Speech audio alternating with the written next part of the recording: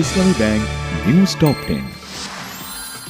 Test থেকে অবসরের ঘোষণা দিলেন ক্রিকেট তারকা সাকিব আল হাসান।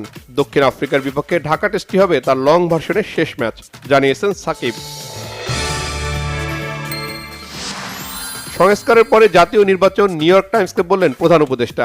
বিচারের জন্য শেখ হাসিনাকে দেশে ফিরিয়ে আনা হবে। অন্তর্বর্তীকালীন সরকারের সংস্কার কাজের জন্য $3.5 বিলিয়ন সহযোগিতা দেবে বিশ্বব্যাংক। নিউ ইয়র্কের প্রধান উপদেষ্টার সাথে বিশ্বব্যাংকের প্রেসিডেন্টের বৈঠক।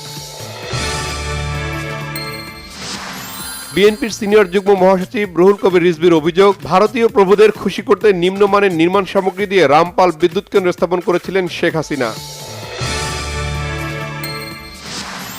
সাভারে বৈষম্য বিরোধী আন্দোলনে গুলিতে তুহিন নামে এক কাঠমিস্ত্রিকে হত্যার ঘটনায় ওবায়দুল কাদের ও আসাদুজ্জামান খান কামাল সহ 295 জনের বিরুদ্ধে মামলা।